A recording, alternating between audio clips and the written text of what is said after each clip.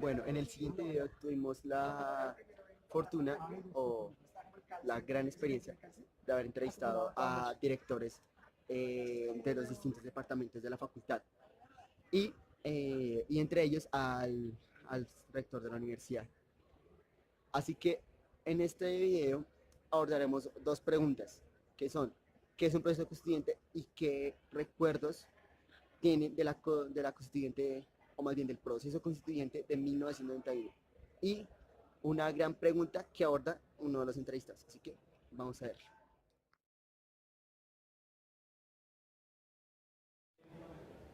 Listo. Bueno, doctor Henao, para usted, ¿qué es proceso constituyente?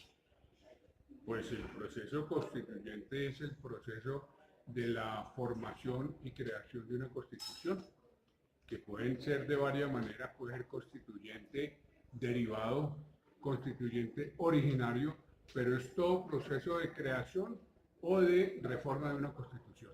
Listo. ¿Qué proceso es usted, bueno, tengo entendido que usted salió en el 81? ¿Usted qué está haciendo en el 91? Pues, Yo no estaba en el país.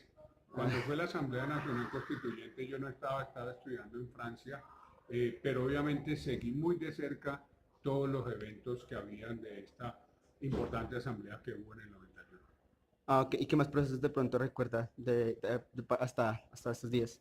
No, pues realmente recuerdo cuando yo estuve estudiante, el gobierno de Turbay Ayala intentó reformar la constitución y la Corte le tumbó la reforma constitucional.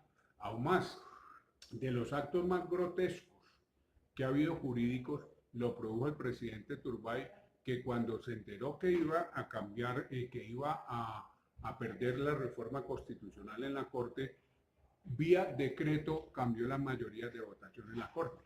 No ¿Sí? Y sabía. obviamente la Corte tuvo la valentía y la rectitud de inaplicar por inconstitucional ese decreto. Ah, ok. ¿Y internacionales? Por ejemplo, lo de Venezuela o en otros países. Bueno, no conozco mucho lo de Venezuela distinto a lo de los periódicos, pero indudablemente uno ve que uno de los riesgos de las asambleas constituyentes es la imposición de mayorías coyunturales de los estados y usted puede ver cómo la política en Latinoamérica se ha dado mucho a través de reformas constitucionales. Me explico, prácticamente cada gobierno trae su reforma constitucional debajo del bolsillo. Eso lo ve usted en Venezuela, lo ve en Ecuador, lo ve en Nicaragua, lo ve en una serie de países en donde las reformas constitucionales se ha vuelto el eje central para las políticas de los nuevos gobiernos.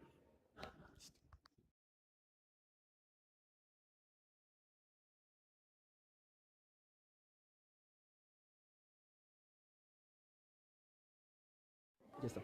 Bueno, doctor Manrique, ¿sí? Sí. ¿Sí? Bueno, para usted, ¿qué es proceso constituyente? O sí, proceso constitucional. Proceso constitucional. Sí, Proceso constitucional. sí, proceso constitucional, proceso Yo constituyente. estoy hablando de las acciones constitucionales desde el punto de vista procesal. Sí, más que todo el proceso constitucional es de elaboración de la constitución. Ah, ya, esa es otra cosa. Sí, perdón. Entonces, el proceso constitucional es cuando en una sociedad, a través de los mecanismos contemplados en la Constitución, se decide hacer una reforma de la Constitución o elaborar una Constitución nueva. Ok. Y ese es el famoso constituyente primario o el constituyente delegado. ¿Usted tiene algún como un recuerdo así como ¿De cómo fue de la cómo fue Constitución la del del 91? 91? Sí, señor. El proceso de la Constitución del 91 obedece a que desde hacía 1991 menos 13, 81, 78, desde hacía por lo menos unos 15 años antes del 91, o sea, desde 1966 hasta 1991, hubo varios intentos de reforma constitucional.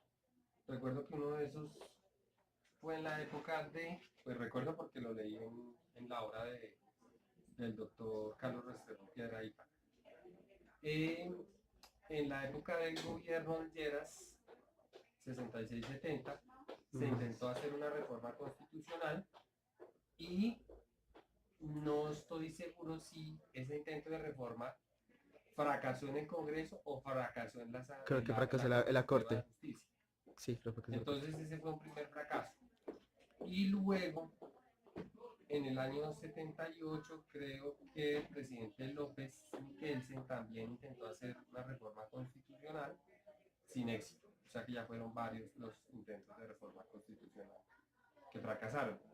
Entonces había una inconformidad de la sociedad y pues la década de los 80 y pues la de los 90, pero especialmente la década de los 80 finales, después de la muerte del ministro Rodrigo Lara, Lara Bonilla fue una década muy convulsionada. Fue la irrupción del narcotráfico fuerte en Colombia, el fortalecimiento de los grupos armados por el tema del narcotráfico.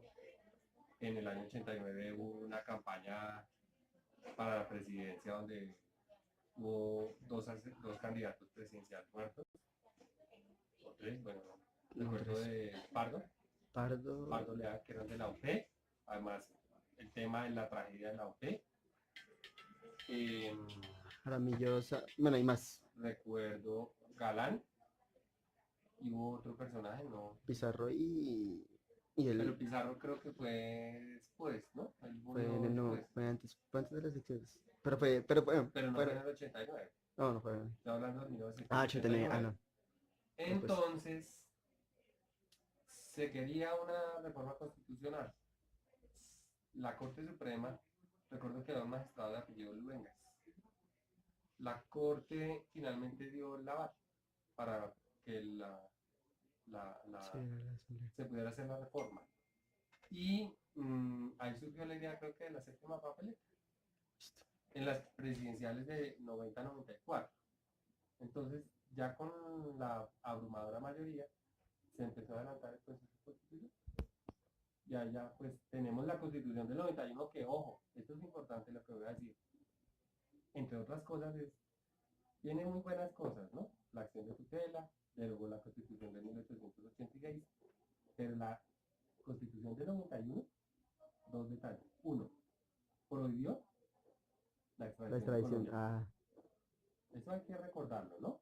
Porque estamos en el escenario del cartel de Medellín y la no extradición. Entonces, para que los chicos averigüen qué fue lo que pasó ahí, ¿no? ¿Por qué quedó la no extradición? Ojo. Y el otro tema, el secretario de la Asamblea Nacional Constituyente, el que tenía que firmar, dijo, yo no firmo esa constitución, porque eso no fue lo que se dio antes.